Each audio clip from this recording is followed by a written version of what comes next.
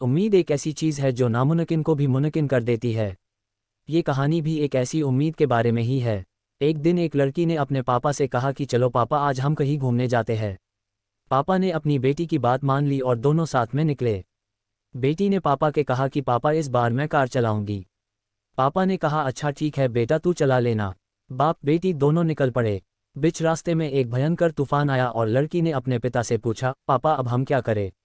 पिता ने अपनी बेटी को जवाब दिया, बेटा तुम कार चलाती रहो।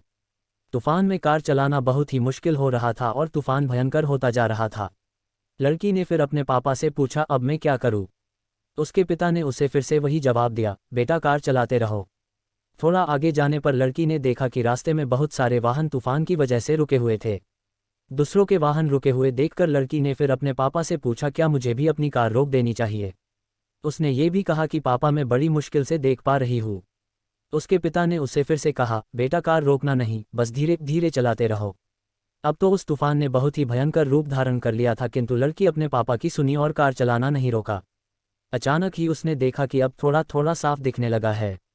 कुछ किलोमीटर आगे जाने के बाद लड़की ने देखा कि तूफान अब थम गया और सूर्य भी निकल आया है। उस लड़की के पिता ने अब उसे कहा कि तुम अब चाहो तो बाहर आ सकती हो। लड़की ने पूछा, पापा पर अब क्यों?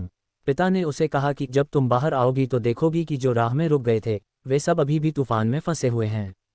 तुमने कार चलाने के प्रयत्न को नहीं छोड़ा, इसलिए तुम इस तूफान से बाहर हो। बुरा समय सभी की जिंदगी में आता है। बुरे समय में मजबूत से मजबूत इंसान भी प्रयास छोड़ देते हैं।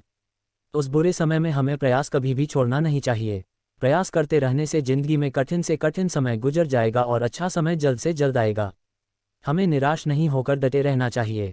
अगर आपको हमारी स्टोरी अच्छी लगी हो तो अपने दोस्तों के साथ भी शेयर कीजिए और कमेंट में ज़रूर बताइए कि कैसी लगी हमारी स्टोरी, और ऐसे ही नई नई स्टोरी के लिए मेरे चैनल को सब्सक्राइब जरूर करें।